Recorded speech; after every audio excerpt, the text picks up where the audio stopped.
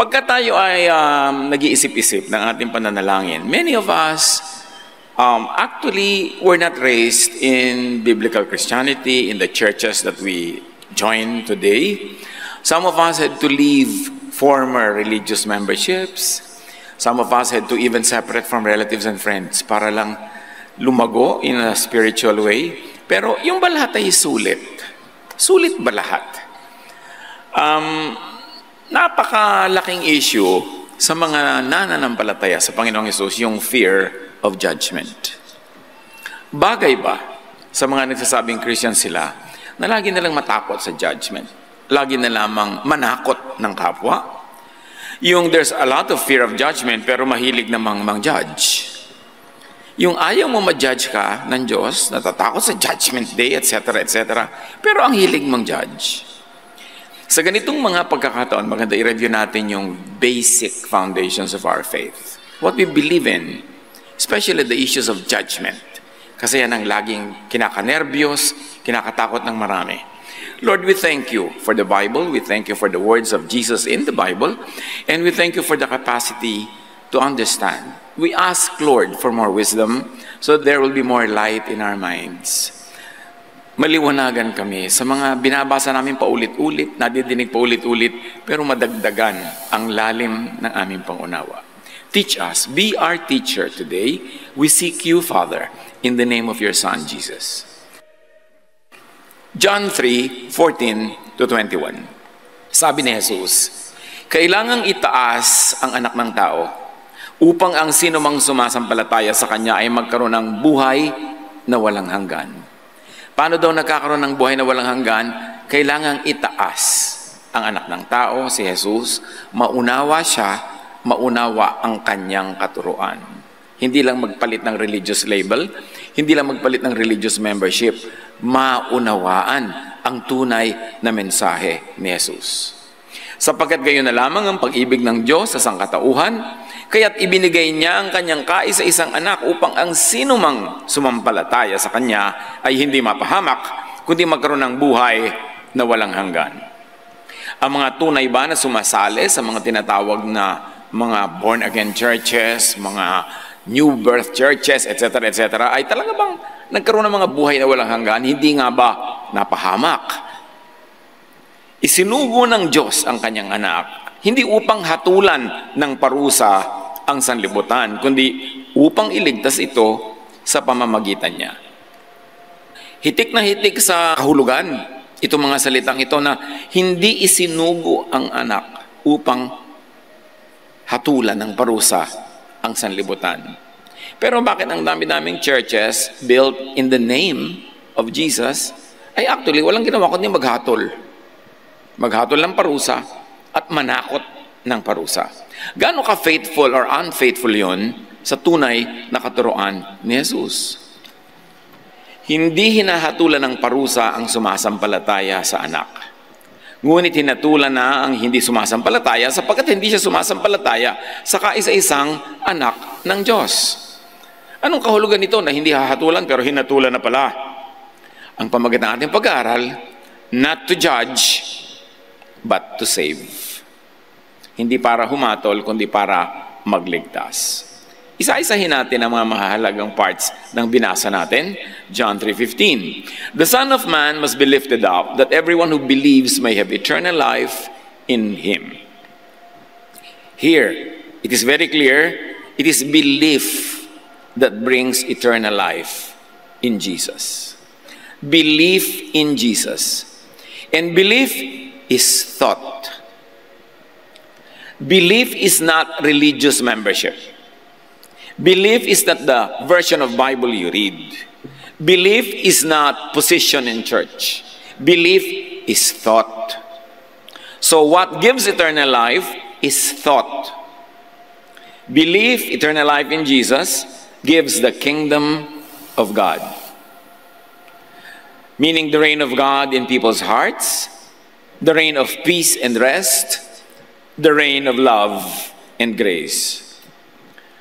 Akala kasi ng marami, kahit yung panahon ni Jesus, the kingdom of God is a place. Parang doon sa Makati, doon sa Bacnotan, La Union, doon sa Matnog, Kaya sabi nila, nasaan ba ang kingdom of God? Kailan ba darating ang kingdom of God? Nakikita ba yung kingdom of God? Sabi ni Jesus, no, no, no, no. Don't say the kingdom of God is here or there. Sabi niya, the kingdom of God is in you. Nasa kaya ang kingdom of God? Kasi pag sinasabi natin kingdom of God, hindi lang yung lugar na kaharian. Ang isa pa dapat pagbasa niyan ay paghahari ng Diyos. Hindi lang kaharian. Kasi pag sinabi mong kaharian, parang may specific place and time. Pero yung paghahari, that's very universal, that's very transcendent. That when God reigns in your heart, the kingdom of God is in you. At ano mga palatandaan that the kingdom of God is in you? Ano ba ang daladala ni Jesus? Sabi niya, I came to give you rest. I came to give you peace and love and forgiveness and freedom. So yun ang mga palatandaan that the kingdom of God is in you. That God reigns in your heart. When you have peace. When you are not ruled by fear, by hatred, by anger, by guilt. Dahil sa pamamagitan ni Jesus ay pinatawad ang ating mga kasalanan, inilayo kung gaano kalayo ang east from west. So pagka lagi kang natatakot, lagi kang kinakabahan, wala yung kingdom. Dapat isipin yon. Hindi nagahari ang Diyos. Ang nagahari ay takot. Sa palagay mo, pwedeng nagahari ang Diyos sa iyo, tapos ang atmosphere, fear. Ang atmosphere, guilt. Ang atmosphere is hatred, division, gera-gera. Paano paghahari yun ng Diyos? Hindi yun ang paghahari ng Diyos. The reign of God in people's hearts is the kingdom of God. Ang paghahari, the reign of God. Kaya sa Luke 17:20, sabi ni Jesus sa mga nagtatanong, nasaan ba yung kingdom of God? Kailan ba darating yan? Inip na kami. Tagal-tagal na namin religious. Hindi pa namin makita yung kingdom of God. Sabi niya, no, people will not say here it is or there it is. Because the kingdom of God is in your midst. It is in you. Yung translation na in your midst, pwede rin niyang i-translate, in fact, mas clear sa in you. The kingdom of God is in you. Pero ginagawa nilang malabo yung translation kasi parang pag nasa akin pala yung kingdom of God, hindi ko na kailangan pang mag-pilgrimage. Hindi ko na kailangan pang magpunta sa ganong temple, sa ganitong temple, sa ganong religious place. So mawala na ang negosyo yung mga relihiyon. Kasi pag sinabi mong the kingdom of God is in you, dala-dala mo na, hindi mo na kailangan sumapi at sumali kung kani-kanino. Dahil nasa iyo yung kingdom of God. Yun ang turo ni Jesus. Pero siyempre, ang turo ng iba, sumapi ka sa amin para magkaroon ka ng kingdom of God. Madali na mai-compare kung alin ang turo ni Jesus at alin ang hindi. At madaling malaman ng bunga. Ano ang bunga ng ibang katuroan at ano ang bunga ng katuroan ni Jesus. Bakit natin ito nire-review? Ang tagal-tagal na ng mga nauso yung mga born again. Sa ating country, sobrang sumambulat yan na parang fashion ng mga 1970s and 80s. Sa mga campus, sa mga bahay-bahay, dumami na dumami born again, naghiwa-hiwalay yung mga kamag-anak, nagalit-galit ang mga kamag-anak, nang palakol ng mga pood yung mga na-born again, nanunog ng mga istampitan, ng maso-maso at nagbartilyo ng mga Lourdes. Diba? So nagkagulo-gulo ang Pilipinas. Kung gaano karami na born again, gaano karami na allergic at ang tawag, born against ka ba? Kasi, ang nag-roll ba talaga doon sa na-born again na yung pag-ibig ni Jesus o yung Pharisees, yung law? Dapat reviewin kasi 40 years ago na yan. Isang generation na, kumbaga, ang lumaki na sa ganitong uri ng style ng pananampalataya. Pero meron ba talagang pinagkaiba sa mga lumaki sa ganito at yung lumaki sa iba? Bakit yung mga pusakal na marites bago na born again hanggang ngayon, mas pusakal pa? At lumala kasi may verses na pambato. Parang mas bumalasik ang pambabato nila kasi may verse na hawak-hawak. Yung mga dati namang mababait kahit hindi born again, o mabait ngayon kasi na born again, pero hindi bumait dahil na born again. Dati na. Likas. Yung mga masasamang ugali, andun pa rin. So, nasan yung pangako? Kaya maraming tao, parang nawala ng gana. Napapansin ninyo na sobrang feverish yung born again na yun, 70s and 80s. Pagkatapos unti-unti na rin siyang tumahimik. Kasi parang hindi natupad yung pangako. Nabibigyan ka ng peace, ng rest, ng love, ng acceptance.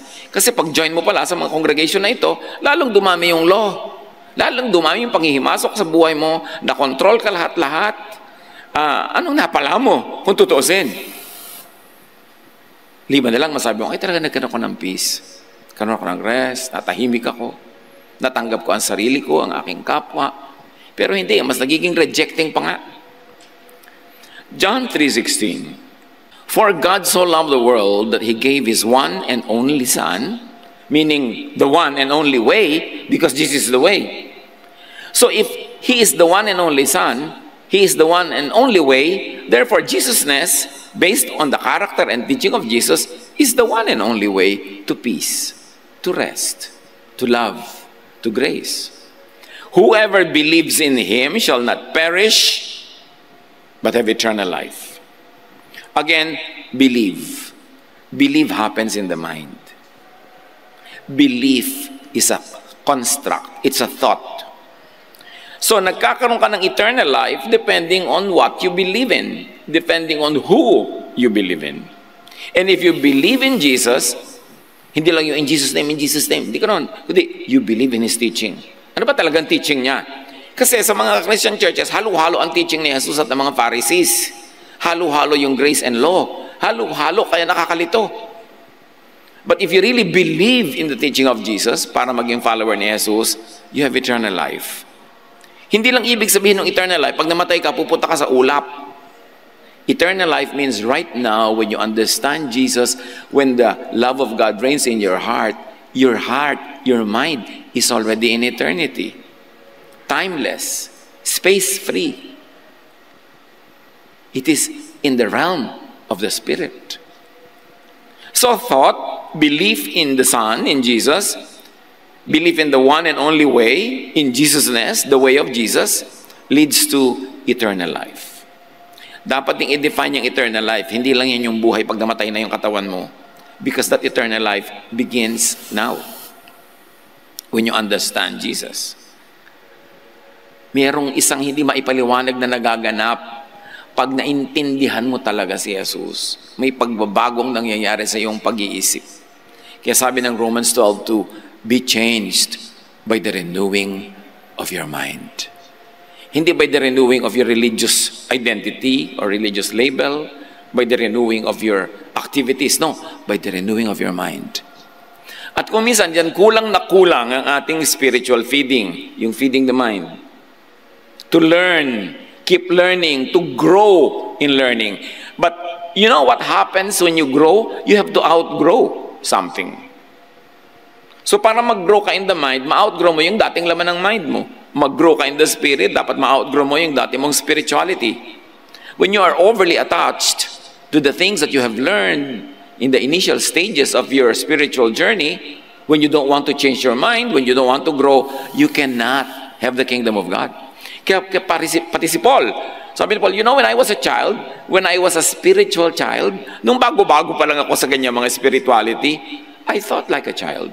I spoke like a child. I reasoned like a child. Now that I'm a man, I give up childish ways. So sa atin namang spirituality, marami tayong natutunan nung araw, ka-attend dito, ka-attend doon. Pero na-outgrow mo na ba yan? Nag-grow ka ba into a higher, bigger, wider level of spirituality? O hindi ka na umalis doon, nandun ka na lang forever, kumbaga sa halaman na bonsai na. Huwag tayong overly sentimentally attached to what we have learned at first. Because even Jesus grew in wisdom and stature in favor with God and man. So dapat yun din natututunan natin na go-grow. And remember this, to grow, you have to outgrow something. Meron kang gini-give up ideas, beliefs of your spiritual childhood para ka mag-mature. Belief in the Son, in Jesus, leads to eternal life. John 3:17. For God did not send His Son into the world to condemn the world, but to save the world. From what? From condemnation, from judgment, through Him. Pag sinabi nating Savior si Jesus, Savior from what? Pag inaral mo talaga yan, Jesus is Savior from the law. Yung mga tao, pagod na pagod sa pagsunod ng law, let's say, the law of the Sabbath. Sabi niya, Sabbath was made for man, not man for the Sabbath. So kung napapagod kayo sa pagsasabat, di huwag kayo magsabat. Kasi nakakapagod na pala yung pagsunod, masyadong technical. Hindi po ako pwede ngayong magbilad ng damit kasi Sabat. Di aamagin na yung sinampay mo. Hindi ako makapagluto kasi Sabat. O ano, magugutom ka. Hindi ako pwedeng pumasyal sa mga kamag-anak ko kasi Sabat. O di mapapahiwalay ka na sa mga tao dahil ang daming Sabat sa buhay mo. Sabi niya, alam nyo, yung Sabat ginawa ng Diyos para kayo mapahinga kasi walang day off ang mga tao nung araw, puro slaves. So nag-utos ng Sabat para mapahinga yung mga pagod. Pero kung napapagod ka sa pagsasabat, di huwag ka magsabat. Yun ang point ni Jesus. So, dumating ba siya para yung law i-fulfill o para ang fulfillment ng law kay Jesus ay to make the law kinder, more user-friendly, more loving. Yun ang pag-fulfill niya. Yung iba kasi pagsasabing, di ba sabi ni Jesus, I came to fulfill the law, not one word, not one dot, not one iota will perish until the law is fulfilled. Pero in actual practice, talaga bang literal ang pag-fulfill ni Jesus o ni-revise niya? Obviously, kahit yung mga pagkain, ang daming hindi kinakain ng mga Hudyo, sabi niya, it's not important what gets into your mouth because it will only get out from the other parts of your body. What is important is what comes out of your mouth because it comes from your heart. So, pinalaya niya yung mga tao sa 1,000 taon na mga batas nila sa diet. So, talaga ba, literally, finulfill ni Jesus o yung fulfillment niya is a reinterpretation of the law to make it kinder, to set the people free from all the nakakapagod aspects of the religion. Kaya sabi ni Jesus, come to me all of you who are tired of the law, of obeying the law, and I'll give you rest. When you look at Jesus working on the ground, you will see that he did not literally fulfill the law, but he reinterpreted the law to make it kinder. Why? Because most of the laws of the time of Israel, when Jesus was in Israel as a human being, as a divine human being, their laws were already outmoded. Tatlo kasi mga kapatid, ang mukha ng Jewish law, or tatlong klase. Merong ritual law, yun yung huwag kang uupo sa upuan na yan kasi baka may babae nagme-menstruate, umupo dyan kahapon, dapat 24 hours walang uupo dyan. Ganun yung mga law. May nagbaro talagang ganung law. Ritual law. Hindi ka pwedeng humawak sa mga may sakit, hindi ka pwedeng humawak sa isang bangkay. So paano na lang kung embalsamador ka? Wala ka ng profesyon. So, hindi ka ganito, ganun. Lahat yun, pinawalang bisa na ni Jesus kung hindi na useful and effective sa society nila. Because it was a law that governed their tribal stage of civilization. But they were no longer a tribe. They were already a nation by the time of Jesus. So marami nang hindi na napapanahon. Kasi ang mga batas, di ba, kaya nga nagkakaroon ng constitutional convention dahil ibinabagay din sa pangangailangan ng panahon. So yung mga ritual law, madami doon, hindi na dapat under ang mga Israelites at lalo naman ang mga tayong hindi naman Israelite. The law was given to the Jews. Jew ka ba? Bakit ka nakikisali? Pagod na pagod ka maging Jew. Nangyari na yan noong panahon ni Jesus or after the time of Jesus when there were already people who were becoming Christians. Ang gusto ng mga Jewish Christians, gawing Jew yung mga Gentile. Kailangan silang tuliin, kailangan sumunod sa ganitong dietary law, kailangan ganon-ganon. In other words, kailangan ka maging Jew para ka maging Christian. At nagbabangayan na yung mga Kristiyano noong panahon na yun pa. Tapos hanggang ngayon, 2,000 years later, ang dami pang Christian na ginigiit na maging Jewish ang mga Christian. Pinalaya ni Jesus yung mga Jews sa kanilang Jewness. Yun yun. Meron tayong ritual law, ceremonial law. Then meron silang civil law, yung law ng kanilang kabihasnan. Halimbawa, pag may kasalanan ng ganitong babae at lalaking nakikiapid sa hindi nila asawa, batuhin sila hanggang mamatay. That was a civil law. At marami pang magandang civil laws that governed the orderliness of their tribe. Bakit kailangan ganun ka-harsh? Kasi maliit na bayan lang sila, tribo-tribo, at war with their neighbors. Their survival was always at stake. Hindi pwede sa kanyang lipunan na may dalawang lalaki nag-away kasi yung isa, sineseduce yung wife nung isa, yung wife naman ng isa, sumama sa ibang husband, magkakagalit yung mga lalaki na mga sundalo ng kanilang dapat ay sana united society in the time that they were always at tribal wars. So, harsh yung mga law. But, kita nyo yung nangyari doon sa babae, caught in adultery, so to speak. Pinabato ba ni Jesus or not? Effectively, talagang hindi. So, pinairal ba niya yung batas na yun o binura na niya? Actually, binura. Pero ngayon, ang dami pa ng ibig mambato. Hindi naman niya sinabi, o sige, mag-alo niya kayo left and right. Hindi ganun ang ibig sabihin nun. Yung civil law that gave this death penalty for such kind of sins were no longer needed by their society. Hindi na sila tribo eh.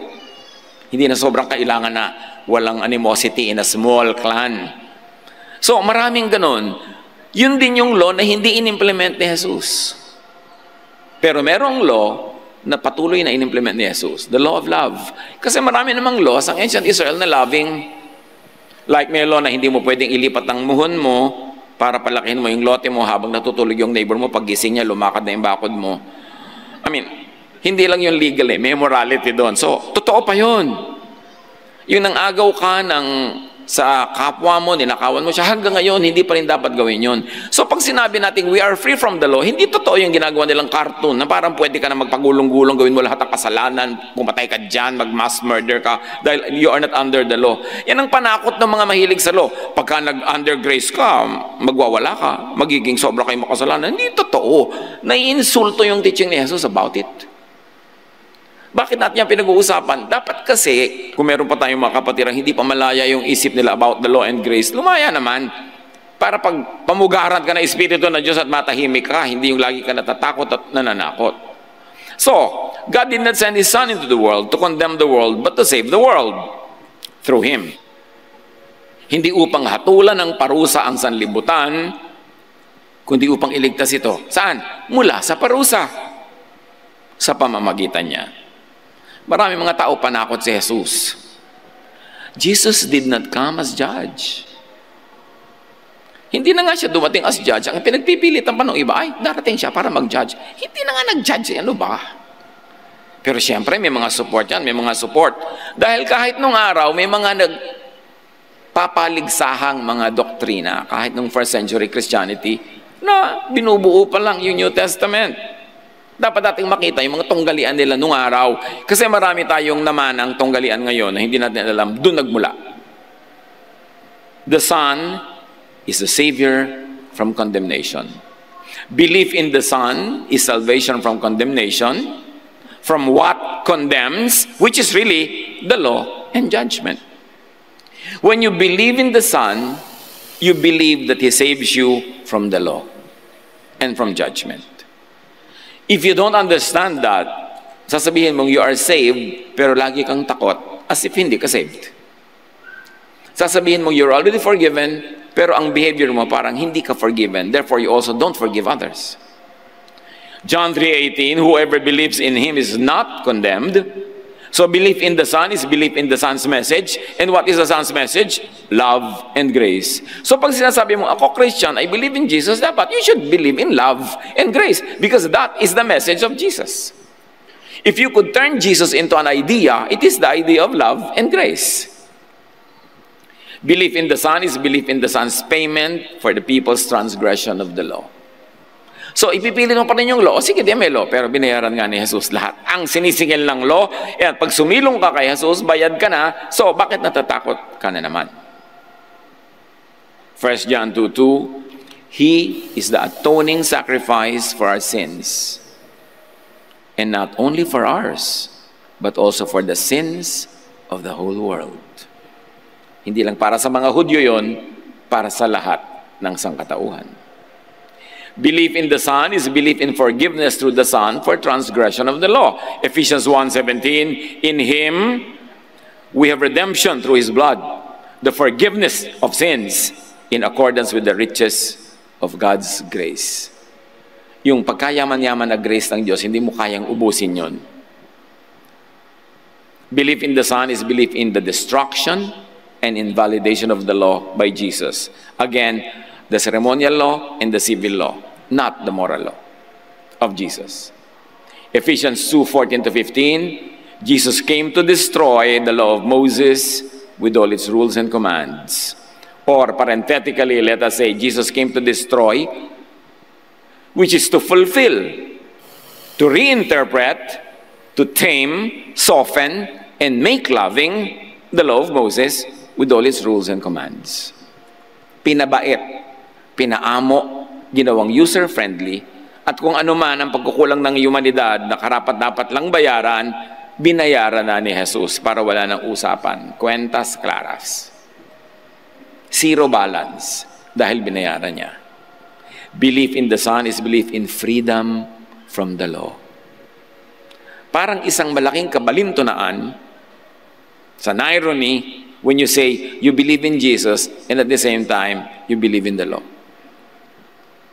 Kasi Jesus came to set you free from the law. So, I accept Jesus, absuit ka na naman sa kulungan ng law. And that is the situation of many people who call themselves believers. Romans 8:2, because through Christ Jesus, the law of the Spirit who gives life has set you free from the law of sin and death. How else can you be more graphic? Through Jesus, the law of the Spirit who gives life has set you free from its opposite, the law of sin and death. Acts 30:39, a justification you were not able to obtain under the law of Moses. Laging clear yung dalawang linya, Jesus or Moses, law or grace, justice or love. Kasi iba yung pinipilit nila, but God is God of justice.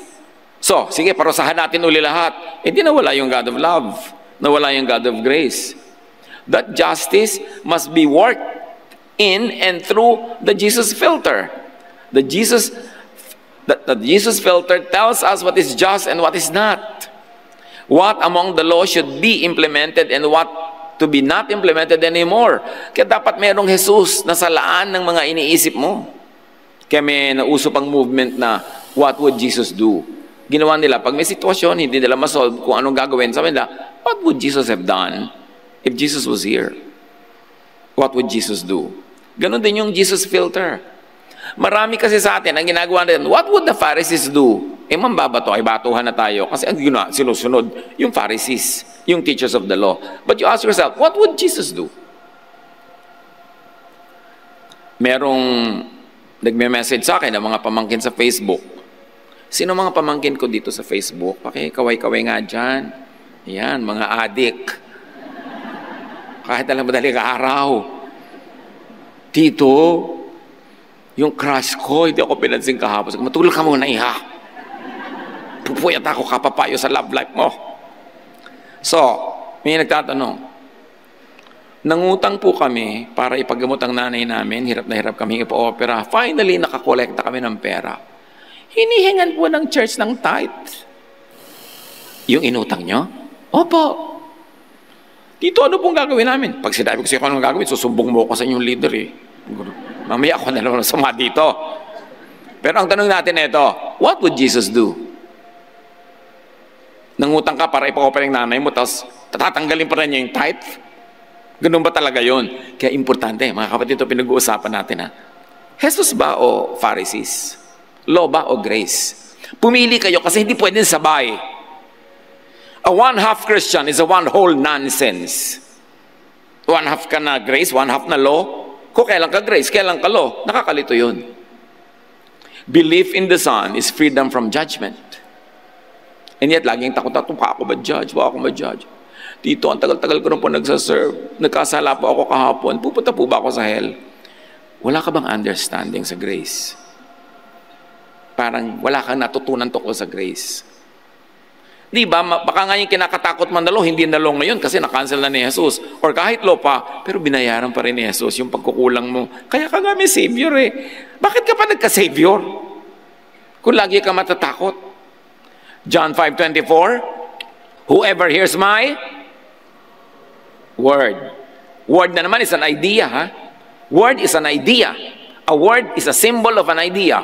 So whoever hears my word, whoever hears my idea, whoever hears my teaching, and believes in Him who sent me, that God really sent me to give you this word, this teaching, has eternal life and will not be judged, but has crossed over from death to life. Have you heard the word of Jesus? Yes or no? Did you believe? Then you have eternal life. You will not be judged. You have crossed over from death to life. Dati kang dead, living ka na ngayon, di ka na mamamatay. Pag namatay ka, yung spirit mo lang ang babalik na magiging potassium, magiging calcium. Pero yung spirit mo will go back to God. You will no longer be judged. Bakit takot na takot ka na naman ma-judge? John 12:47, if anyone hears my words but does not keep them, ano sabi ni Jesus? I do not judge that person. Imagine, ang clear, if anyone hears my word but does not keep them, I do not judge that person. Hindi ka pa nga i-judge. For I did not come to judge the world, but to save the world. Yan ba ang teaching na natanggap natin? O puro pananakot ng judgment to control our behavior? Look at many religions, puro judgments. Religions pa naman din in the name of Jesus. And in actual practice, Pharisaic. Belief in Jesus is freedom from guilt. Ang laking torture ang guilt. And yet, I observe, sa dinami-rami ng nagko-communicate sa akin na guilty, ang kinaka-guilty nila, hindi naman dapat ika-guilty. Nabe-break lang nila yung mga policies ng religion nila, pero hindi naman yan ang rule ng God. Ang dami kasing idinagdag ng mga religion eh. Kaya dumagdag tuloy yung dami na mabe-break mo, dumadami ang guilt mo. Yung Sunday school teacher ka, kailangan wala kang absent, 52 Sundays a year. Paano naman po yan, Pastor? First time ko po nagka-boyfriend, nagyayaya sa hinulugang taktak. Sunday lang ang off niya. Ano sabi sa religion? No! Sunday is God's day. God above your boyfriend. Ano sasabihin ni Jesus? Sige, lumakad ka sa mundong ibabaw. Enjoy. Yung ba sasabihin sa'yo ni Jesus? Alam nyo na consistent yung ganong reading sa mga behavior niya sa New Testament. Hindi ka papatayin sa service. There was one time na yung kanyang mga disciples ay pagod na dahil hindi sila makakain sa dami ng nagpapapicture. Nagpapagamot, nagpapapray, ganyan-ganyan, di ba? Sabi ni Jesus, uy, guilty kayo dyan, ano? Sabi ni Jesus, shh, hali kayo. Tahimik tayo, umeskapo dito. Punta tayo sa isang quiet place, mag-picnic tayo, magpahinga. Sobrang na kayong pagod eh. Pero ano sasabihin yung religion ngayon? Magpagod ka, pagpakahirap ka dyan, yan ang gusto ng Diyos na gawin mo. Pasanin mo ang iyong krus, pakuan mo ang iyong paa at kamay, isuot mo ang korona ng tinik, huwag kang kumain ng 40 days. Diba? Gaano ka lang faithful kay Jesus yun? Ang ganda-ganda ng example na yun, yung Jesus sabi niya, uy, pero sabi niya, pero Lord, gutom na po sila, kailangan sila ipag-pray. Hindi na uubos ang gutom at kailangan ipag-pray. Pero kayo, pagod na, magpahinga kayo. Ang dami-daming family reunion na nami-miss ng mga nagja-church. Ako ewan ko lang sa iba. Kung worker ka, absent ka ng mga a few Sundays, okay lang yun. Kasi hindi naman magsasara yung church dahil wala ka. Ang mahalaga lang, iniwan mo yung trabaho na may magte-take over, may tinrain ka na kapalit, hindi magulo yung iniwan mo. Bakit naman hindi? Pwede ka naman mag-church kahit anong araw. Kaya nga naglalagay tayo ng mga midweek services para doon sa hindi pwede paglinggo. Doon ka mag-worship pag Wednesday, pag Thursday. Ang dami kasi, Pastor, wala po akong job, hirap na po kami. Nakakita po ako pero may trabaho po sa Sunday. Ayaw po akong payagan ng church namin. Pakakainin ba kayo? Babayaran ba nila yung Meralco bill? Hindi. Pati ka magtrabaho, tapos mag-worship ka ng Wednesday, Thursday, Friday. Daig naman ng Diyos ang Mercury, gising 24 oras. Bakit kailangang ganon? Controlling people Dapat na nating graduatean yun. Kasi yun ang ikinakatabang ng lasa ng Christianity. Yung dagdag ng mga tao na pag-control sa kapwa-tao. Tapos lagi nagigilty. Pero sabi ng Romans 8:1, therefore, there is now no condemnation for those who are in Christ Jesus. Sige nga, lakasan nyo nga yung palapak nyo na yan. Kasi, ang daming nang ko-condemn. Ba't kayo makikinig kung kinokondemn kayo? Makinig kayo sa Spirito. Ang huwag nating ibe-break is the moral law of love. The moral law of concern for other people. Pero yung pati haba ng buhok mo, kulay ng tina na ilalagay mo sa buhok mo ay pinanghihimasukan, really, may law ba na ganyan? Pinalaya ka na nga ni Lord sa law. Ngayon, may mga bagong law. Gaano kahaba ang iyong laylayan? Ano kailangan mong kantahin at hindi pwedeng kantahin? Dividing songs na secular and sacred. May ganun ba? Hindi ba pwedeng maging sacred song yung tungkol sa sampagita? Di ba, Diyos ang lumikha ng sampagita, ang bango, ang ganda-ganda, na-imagine mo kung gaano kabait ang Diyos, kinakantahan mo yung sampagita, hindi ba pwede i-consider yun na paghanga sa Diyos? Kailangan lang ba talagang may amen at hallelujah sa mga lyrics para matawag na sacred music? Ang daming kaartehan ng church in the last 2,000 years na hindi naman tinuro ni Jesus. Nagpapahirap sa buhay. Belief in Jesus is freedom from fear. 1 John 4:18, there is no fear in love, but perfect love drives out fear. Because fear has to do with punishment. The one who fears is not made perfect in love. So pag takot-takot ka na ang Diyos ay stricto, magagalit ang Diyos, pagagalitan ka ng Diyos. Naku, pastor, ayan po, may dumadaang maganda, na-attract ako, nagagalit ang Diyos. Talaga? Napapagalitan ka dahil na-attract ka sa magandang bagay? Ginahasa mo ba? Hindi po. Ba't ka naman papagalitan? Nagandahan ka lang pala. Ang dami nating iniimbentong guilt. Makalaya tayo dyan because fear is about punishment. And the one who fears is not made perfect in God's love. Fear is a mental construct. Kaya di ba maraming phobia? It's in the mind.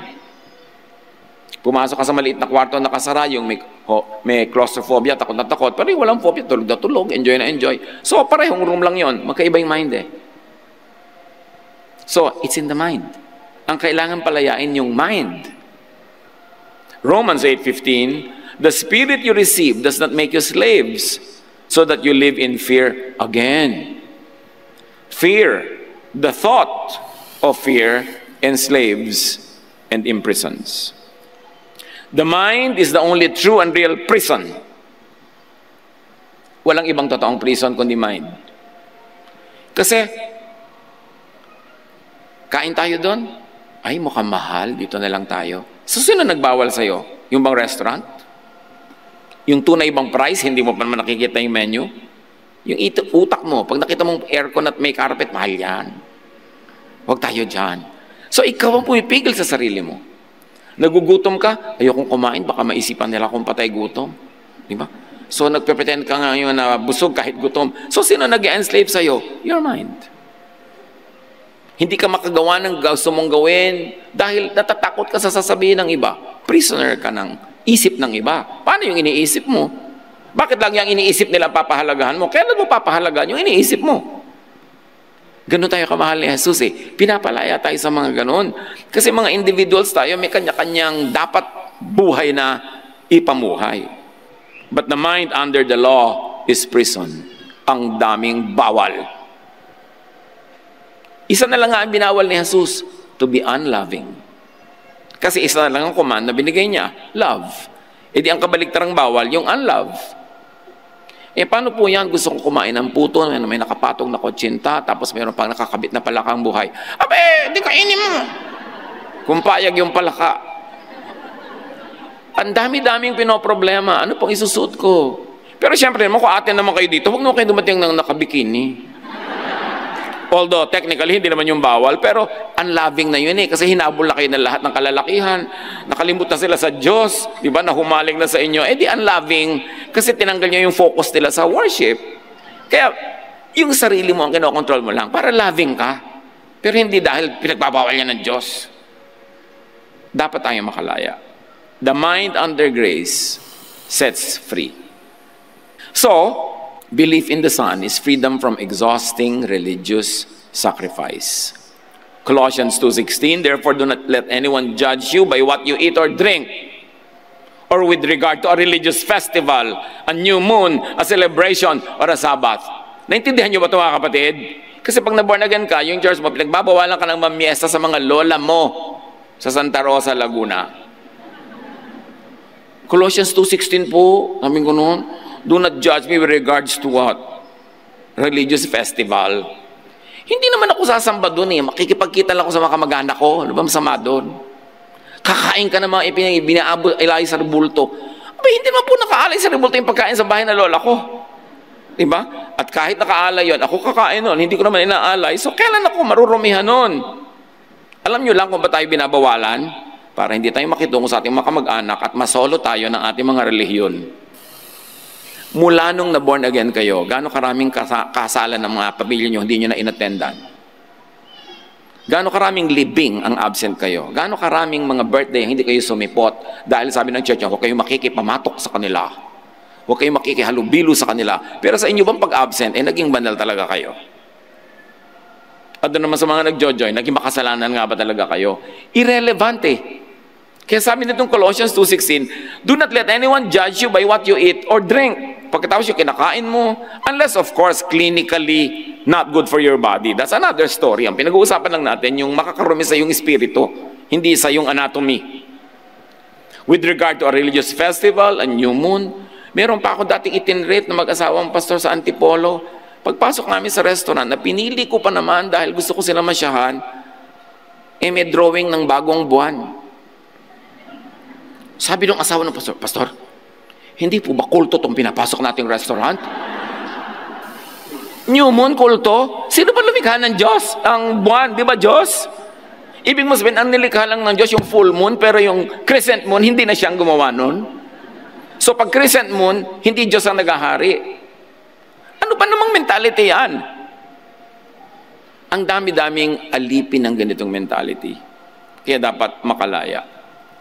Katulad din ng Sabat, whatever it is. Hindi pa ba sapat talaga yung once a day na umattend ka na isang service? Kailangan yung 3 services ng church, buong Sunday, nando ka lahat.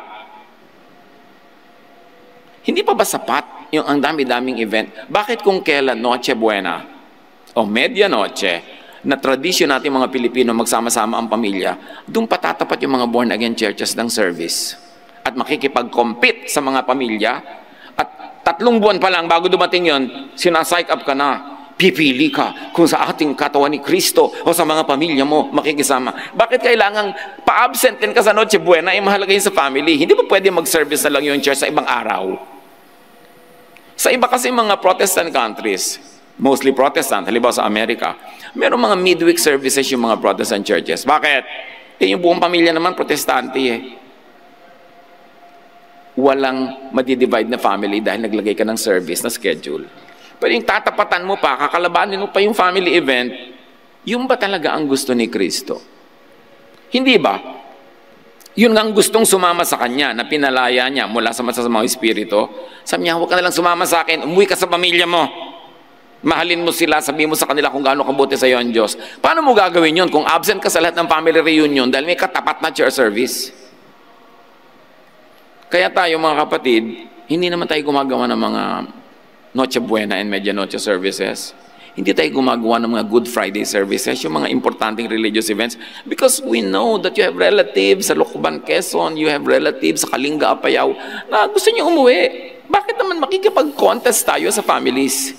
And dami-daming araw na pwedeng gawin yung mga kabanalan na yan. Again, where is the Spirit of Jesus? Belief in the Son is rest, peace, joy. Yan ang sinabi ng Matthew 11:28-30. So belief in the Son is life. It is the kingdom of God. And the kingdom of God is in the mind, in thought, in heart, and feelings. Tulad ng nasa ating walang kamatayang illustration. Pag tinanong ng mga tao, nasa ang kingdom of God? Nasa Jerusalem, nasa Israel? Hindi, narito. Narito. Nandito ang kingdom of God. It means eternal life. Why? Because your mind, your feelings, your consciousness is eternal. And when your mind, your feelings, your consciousness is already attached to Jesus, when your spirit detaches from your body at death, well, your spirit just continues to be with Jesus. Kaya may eternal life ka na, nung pa man. At itutuloy lang yon pag namatay ang yung physical body. Kaya lagi ko sinasabi, pag may namamatay, yung gusto sumama doon sa hukay, pero wala pa ako nakitang gustong sumama sa pa-cremate. Okay? Yung hukay, nagdadrama-drama pag gusto sumama, pero yung cremation, talaga wala pa ako nakitang gusto sumama sa pugon. But in any case, pag nangyayari yon, huwag kayong sobrang malungkot pag inililibing yung loved one kasi katawan lang yun nililibing, hindi yung spirito. Kasi lungkot na lungkot ka, ilagay siya sa ilalim ng lupa. Meron pang ayoko po kasing malibing kasi nakaka-claustrophobia yata sa ilalim ng lupa. Hindi ka kasama ng katawan mo. Yung katawan mo lang yun. Ikaw, wala dun. Parang yung mga nagpunta sa libingan ni Jesus, sabi ng anghel, He is not here. He has risen. So ganun din yung mga mahal natin sa buhay. Yung spirito nila will rise to be with God forever. But that fellowship already began. When you understood the kingdom of God. When the reign and love and peace of God began to rule your life, your eternity has begun. John 3:18, but whoever does not believe stands condemned already. It only means you remain guilty, afraid, and tired kasi you are not liberated from that mentality. You don't need to be judged. You are already there. You only have to be saved from it. Kaya mahalagang ituro. Pag itinuturo natin si Jesus, ang ituro natin yung freedom, hindi yung law. Kunwari kasi iba, accept the Lord is loving, the Lord is kind. At pagka-accept mo, sabi niya, topo-topo. Under the law ka na. Marami kaming laws dito. Kailangan sundin mo na. Kasi member ka na namin. Yung pala, pang come on lang sa pinto si Jesus, sa loob puro Pharisees. Kaya dapat na-examine natin. John 3:18, bakit daw sila condemned? Because they have not believed in the name of God's one and only Son. Meaning they have not believed in God's only perfect revelation and expression of love and grace. Kaya pag tinanggihan mo si Jesus, tinanggihan mo ang love, tinanggihan mo ang grace, minaliit mo ang grace, ipinilit mo yung law, sabi ng Hebrews 2:3, how shall we escape if we ignore so great a salvation? Paano ka pa makaka-escape sa hell in your mind, sa guilt, sa fear, if you reject Jesus?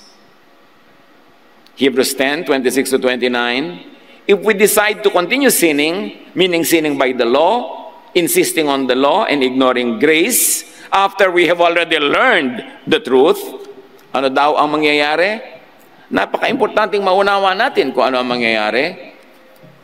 After we have learned the truth, there is no other sacrifice that will take away sins. Akala nung iba dito, ang ibig sabihin ng Hebrews, pag natanggap mo na si Jesus, nagkasala ka pa, ay wala ka ng salvation kahit kailan uli. No. Pag nakilala mo na si Jesus, nalaman mo yung message of love and grace, at tinanggihan mo pa yun at bumalik ka pa sa law, wala ka ng pag-asa dahil wala na magliligtas sa'yo sa law. That's the simple thing it means. If we continue sinning in this way under the law, all that is left for us is a fearful time of waiting for the judgment and the angry fire that will destroy those who live against God. Whoever refused to obey the law of Moses was found guilty from the testimony given by 2 or 3 witnesses. Such people were not forgiven, they were killed. Sabi niya, kung yun lang turo ni Moses, binrake mo. Pag may nag-testify 2 or 3 na binrake mo, you are stoned to death, you are killed. So think, how much more punishment people deserve who show their hate for the Son of God. How do you show your hate for the Son of God? When you show your hate for the Son's teaching on love and grace. Pag nilibak-libak mo yung love, pinagtawanan mo yung grace, minaliit mo yung saviorship ni Jesus, sabi ganun, kung yung nag-break sa utos ni Moses, binabato hanggang mamatay, ano naghihintay doon sa mga taong binabaliwala ang teaching ni Jesus? At kinokontra yung teaching ni Jesus. So think how much more punishment people deserve who show that they have no respect for the blood sacrifice that began the new agreement and once made them holy. We are reading scripture, ha? Hindi nyo iginagalang ang blood sacrifice ni Jesus. Pag ipinilit nyo pa ang law, namatay siya to set you free from the law, tapos pipilitin mo ikulong ang mga tao sa law, sino ang kinakalaban mo? The blood sacrifice of Jesus. Because you ignore and you show no respect for the blood sacrifice that began the new agreement and once made them holy. Or who insult the Spirit of God's grace. Who insult the Spirit of God's grace by insisting on the law and justice and punishment. Inililigtas nga ni Jesus yung mga tao sa punishment. Gustong-gusto mong mapunish. Di ba marami mga tao, ay sige, hindi kayo nagjojoin sa religion namin, pupunta kayo sa hell. Ha, ha, ha, ha, ha. Yung pagtatawa ng kapat, tuwan-tuwa sila, pupunta ka sa hell. Yung mga relihiyoso, pag hindi mo sila sinunod, tapos nagkasakit ka, nagka-TB ka, nagkaroon ka ng kung ano-ano, kasi hindi sila sumusunod sa Diyos. Nasaan yung love? Pinagbubunyi nila na naghihirap ka para lang patunayang sila ang tama at ikaw ang mali. Nangyayari yan, mga kapatid. John 3:15, the Son of Man must be lifted up, that everyone who believes may have eternal life in Him. Clear? The Son of Man must be lifted up, that everyone who believes may have eternal life in Him. All you need is believe. Bakit in actual practice ay may itinataas ang teachers of the law and Pharisees? Hindi si Jesus. Itinataas ang law instead of love. Tinataas ang judgment instead of grace. Yun ba ang nagtuturo sa pangalan ni Jesus?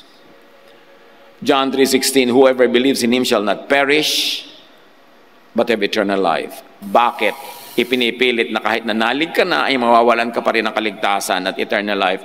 Siguro kalahati ng mga tanong na natatanggap ko tungkol dito, natatanggal po ba ang kaligtasan? Sabi nga, you will not perish na nga eh. You have passed from death to life. Ba't matatanggal na naman? John 3:17, for God did not send His Son into the world to condemn the world, but to save the world through Him. Bakit? Ang main message ng maraming teachers, ang actual practice ng maraming faith communities ay law pa rin, condemnation, judgment, punishment pa rin, na parang hindi nangyari si Jesus. Galatians 1:8, but even if we, or an angel from heaven, sabi ni Paul, should preach a gospel other than the one we preach to you, let them be under God's curse. Alam niyo naman si Paul can be harsh. Sabi niya, kahit sino magturo sa inyo ng itinuro naming kaligtasan sa pamamagitan ng pananalig kay Jesus, pag sinabi nilang hindi yun ang kaligtasan at iba, let them be cursed. Alam niyo kung sino pinapatamaan ni Paul dito? The Pharisaic Christians based in Jerusalem. Nagturo kasi si Paul sa mga taga-Galatia ng salvation by grace, salvation by love, salvation through Jesus. Pagtalikod niya, nung binubuo niya yung church sa Corinth, nagdatingan sa church niya yung mga taga-Jerusalem. Sinasabi, ay, hindi totoo yan. Fake news yan. Ang salvation is to obey the law. You are under the law. Kailangan isunod ang law. Sabi ni Paul, yung mga nagtuturo niyang ibang ganyang gospel, let them be eternally accursed. John 3:18, whoever believes in Him is not condemned. 1 John 3:19-21, this is how we know that we belong to the truth and how we set our hearts and rest in His presence. If our hearts condemn us, we know that God is greater than our hearts and He knows everything. So pag kinokondemn tayo ng sarili nating budhi, alam natin yung Diyos ay mas dakila kaysa sa sarili nating budhi at ang ginawa ni Jesus ay mas dakila kaysa sa ating mga pagkukulang. Therefore, feel secure. Dear friends, sabi ganon, if our hearts do not condemn us, we have confidence before God. Pag hindi ka na kinokondemn ng heart mo tungkol doon sa mga law na tinanggal na ni Jesus, na hindi mo nasusunod, tinanggal na naman niya, pag hindi ka na kinokondemn ng heart mo, meron ka ng confidence before God. Nananalig ka na talaga, secure ka na talaga. Doon ka nagkakaroon ng peace, ng rest. Again, let me be emphatic, yung paniniwala kay Jesus ay hindi lisensya para gumawa ng mali. Lisensya para hindi mo nasundin yung ritual and civil law of ancient Israel. Pero yung love, yung tama, tama pa rin yun forever. Hindi yun dapat binibreak. So, thoughts accuse or justify. How to change from condemnation to justification? From guilt to non-guilt? From exhaustion to rest? From fear to peace? From hell to heaven? From judgmentalism to forgiveness? How? Change your mind from the law to grace. Romans 6:14, for sin shall no longer be your master, because you are not under the law, but under grace. Galatians 5:4, you who are trying to be justified by the law had been alienated from Christ. You have fallen away from grace.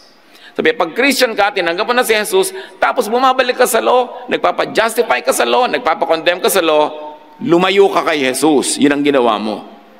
Nalayo ka sa grace, nalapit ka sa law. How do you enjoy God's heaven? Change your mind from judgment to love. John 8:15, you judge by human standards. I pass judgment on no one. Si Jesus passes judgment on no one. Ngayon, nagkasala ka, ipapatawag ka ng Sanhedrin, ng mga kongregasyon ngayon, lilitisin ka ng mga kapwa mo taong member doon, pupulpituhin ka, papatayin ka sa harap, ipapasabi mo sa lahat ng kasalanan mo, napahiya ka na lahat-lahat, at papatawag ka ng mga parusa. Jesus ba yun? Yan ang ginawa ng mga tao sa woman caught in adultery. Dinala sa public, ipinapahiya doon. Si Jesus naman, ikinubli niya yung babaeng yun mula sa kanya. Nag-alisa na nga yung mga tao. Sa inyo, umuwi ka na rin, iha. So, gaano ka Jesus ang mga Christian churches? Change your mind from Pharisees to Jesusness. Tumigil ka ng kadjadjad sa iba. Merong isang medyo conservative na tita, sabi niya doon sa isang medyo parang paru-parong babae sa church, don't wear that sa worship. Sabi ng babaeng paru-paro, tita, lumaki kaming pobre. Ngayon lang ako naka-afford ng mga pakpak at palikpik. Huwag niyo na po akong pakialaman. Tama nga naman, ano ba pakialam mo sa palikpik ng kapwa? Pero sa kanya kasi, dapat pag nagsisimba ka, yung nakasarado dyan, nakaganito ka, kung gusto niyang may mga palikpik, ano ngayon? Basta hindi sumasabit sa mukha ng iba. Romans 12:2, let God change you inside, with a new way of thinking, which is Jesusness. Then you will be able to understand and accept what God wants for you. And what does God want for you? Love, salvation, peace, rest. You will be able to know what is good and pleasing to Him and what is perfect. And John 3:18, but whoever does not believe stands condemned already. Actually, nire-review lang natin yung kanina. But whoever does not believe stands condemned already, because they have not believed in the name of God's one and only Son. Whoever does not believe in the Son, meaning in the message of the Son, meaning in love and grace, stands and remains condemned by his own conscience. Kaya ang dami-daming mga Christians, even Christian leaders, they need psychiatric help. Kasi ang daming guilt. Ang dami nilang itunuturong, hindi rin naman nila natutupad. Kaya hirap na hirap ang mga loob that they need psychiatric intervention. Kasi nabubuhay sa kunwari. Hindi mo na kailangan magkunwari because God loves you as you are. But we have to learn to love ourselves as we are and as the other people are. Therefore, he will not find rest and peace. He will not find the kingdom of God if you don't believe in the teaching of Jesus. Romans 8:1-2. Therefore, there is now no condemnation for those who are in Christ Jesus, because through Christ Jesus, the law of the Spirit, who gives life, has set you free from the law of sin and death. Pinalaya na ako mula sa kautusan ng kasalanan at kamatayan. So don't judge. Stop judging others. Hindi yan ang utos sa'yo ng Diyos na gawin. Luke 6:37, do not judge, and you will not be judged. Do not condemn, and you will not be condemned. Forgive, and you will be forgiven. Alam niyo kung bakit gusto ng mga churches yung law? Kasi nakokontrol ang tao. Mas madaling i-manage, mas madaling i-administer, kasi takot. Pero hindi ganun ang style ni Jesus. Don't bring hell into people's minds. Kasi tulad makikita natin sa illustration, pag lagi mong tinakot ang tao, pinagilty ang tao, nilalagay mo ang hell sa mind niya at sa puso niya. Lagi siyang natatakot, lagi siyang nagtatago, lagi siyang guilty. Stop judging yourself. May mga nagpapakounsel sa akin na talaga namang very gray area yung gusto nilang gawin. Parang pagka gusto mo silang pigilin because of God, pwede mong pigilin. Pero kung gusto mo yung palayain because of Jesus, pwede mo rin palayain. So, kailangan nilang gawin. Gusto nilang gawin. Pero natatakot sila baka mali. Ang sinasabi ko lang ganito. Gusto mo, mahalaga sa'yo. Pero iniisip mo, baka pagalitan ka ng Diyos. Di gawin mo. Pero pag pinagalitan ka, di pasensya ka. Gawin mo. At pag pinarusahan ka, di tanggapin mo. Pero ginawa mo. Submission pa rin yun kasi nagsasubmit ka kung gusto kanyang parusahan. Pero paparusahan ka kaya talaga dahil umiibig ka? Paparusahan ka kaya talaga dahil nabe-break mo ang mga laws ng baryo ninyo, ng inyong baryo council, pero hindi naman talaga law ng God? So, kung talagang life and death to you, very, very important to you, di gawin mo. Pero pagka dinisiplina ka ng Diyos, kayong dalawa mag-usap, hindi ako, sino naman ako para disiplinahin ka, tanggapin mo. Malay mo naman. Di ka pagalitan. Malalaman mo lang yun pag nagawa mo na. Naintindihan nyo mga kapatid? Palayain nyo mga sarili nyo and let God judge you. Don't let people judge you. Huwag lang kayo talaga mga agaw na hindi inyo, ha? Kasi ibang usapan, baka sabihin nyo, sabi ni Pastor Ed, agawin kita. Hindi yun, ha? Huwag nyo akong ipahamak dito. Matthew 23:15, woe to you, teachers of the law and Pharisees, you hypocrites. Kita nyo yung mga teachers of the law, you hypocrites. You travel over land and sea to win a single convert, and when you have succeeded, you make them twice as much a child of hell as you are. This is one of the few sentences ni Jesus na talagang walang kapares sa talim. Sabi niya, lagot kayo, mga promotor ng law, and kayo mga Pharisees na yan, mga mapagkunwari kayo, mission pa kayo ng mission, punta kayo ng punta sa overseas, mga tumatawid kayo ng dagat, umaakit kayo ng mga bundok, pero lahat ng dapuan nyo, minamalas lang, nagiging doble pa ang kasalanan kaysa dati. At magiging doble ang pagiging anak ng impyerno kaysa sa inyo. Kasi bakit? Bakit sila nagiging anak ng impyerno? Tinatakot nyo, pinapahirapan nyo, tinotorture nyo, kinokontrol nyo, hinuhututan ninyo, kinakawawa ninyo, tapos wala naman silang napala sa inyo. Di ba napahamak lang? Kaya ngayon, pag may humihingi sa akin ng support, magmi-mission po ako sa Cambodia, sa Thailand, ganyan-ganyan. Ano ba dadalhin nyo? Pharisee o si Jesus? May ganun po ba? Sino dadalhin nyo? Kasi baka finansa ko ng finansa sa'yo, tapos Pharisee lang pala yung dala mo. Magtuturo ka ba ng kalayaan kay Jesus o condemnation through the law? Kasi kahit sa mga missionaries, hindi clear yan eh. Lito rin. So mahalaga, magdadala ka ba ng blessing o hindi? John 1:12-13, yet to all who did receive Him, to those who believed in His name, He gave the right to become children of God. Walang church membership doon. Wala dong sectarianism. You believe in Him, you become a child of God.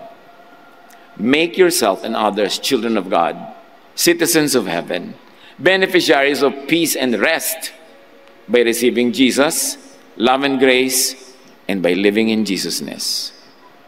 Ano ang kahulugan ng mga ito sa buhay natin, mga kapatid?